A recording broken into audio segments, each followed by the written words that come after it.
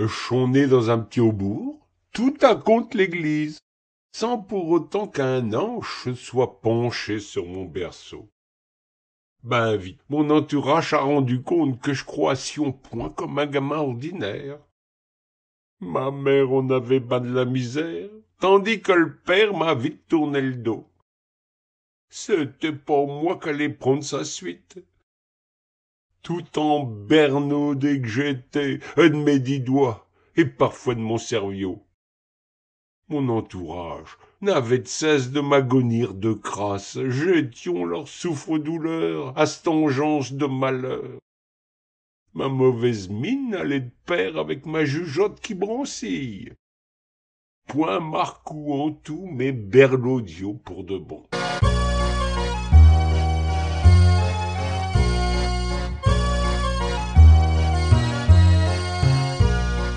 C'est du moins ce qu'ils sont longtemps dit en parlant toujours de travers à mon propos.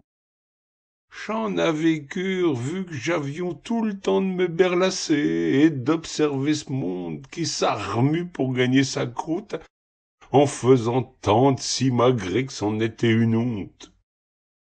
Libre comme l'air, j'avions pris coutume de ne point courber devant les importants, les gros et les pleins aux as. C'est vers les presque riens qu'allons mes pensées aimables. Moi qui étais moins que rien. Mais jamais au grand jamais j'allions mettre dans l'embarras pour le moindre ouvrage. J'prenions la vie du côté qui ne demande pas de peine.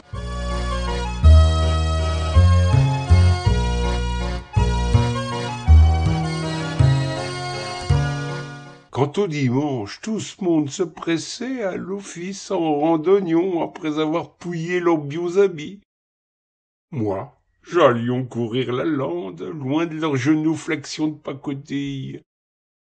Loin d'en puantir comme eux autres, je me débarbouillais dans le ruisseau avant d'y récurer tout le reste, pour ne point être agacé par mes propres effluves. Tandis que, empester l'étable et l'écailler, j'avons bien plus de dignité qu'ils le supposaient avec leur face de carême et leur odeur de sainteté.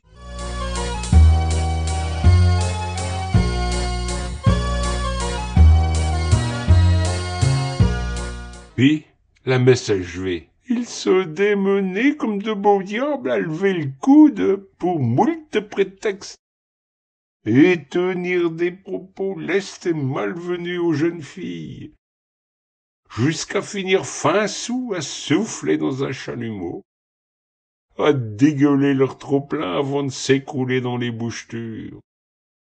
J'avons jamais eu le nez qui me pique et la tête qui me tourne, contrairement à ces amuse-bouchons. Et j'avons jamais soulevé un jupon par malice ou par vice, sans en avoir permission. Berlot peut-être, mais point salopio.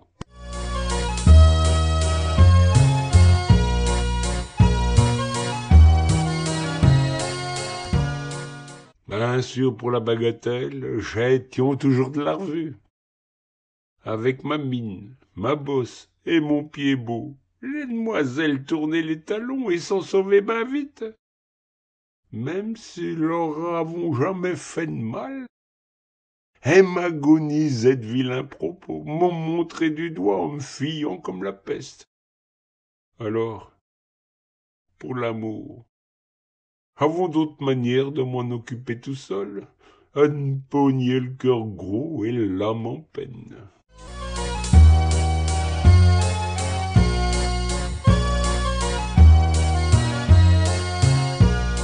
Sans qu'ils en sachent rien autant qu'ils sont, pour épancher mes souffrances et mes rancunes.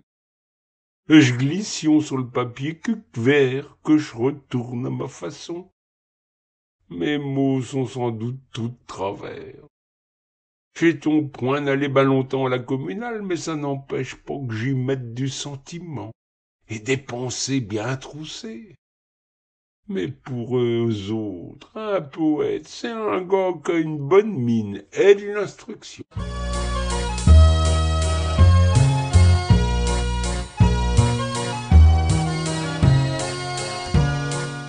Alors, quand viendra le temps de me conduire au champ de Navio, faudra point qu'il me fasse des simagrées et des propos oiseux, pas plus que de leur maudite prière.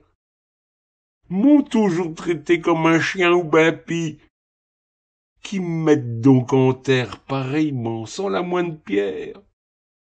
Les ronces et la friche me rendront hommage, tandis qu'ils iront au diable ben avant moi.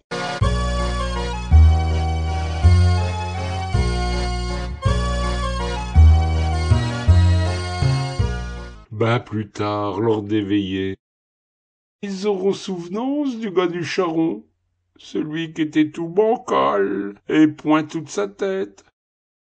Ils dégoiseront de belles sornettes à mon propos, ne décesseront jamais de moircir plus que nécessaire. Hors de leur langue de vipère, ils pourront rien y faire, leurs vilainies auront beau faire, je continuerai de les emmarder ben plus qu'ils n'ont jamais fait à mon encontre. Berlot peut-être, mais point idiot au point de les croire supérieurs à moi.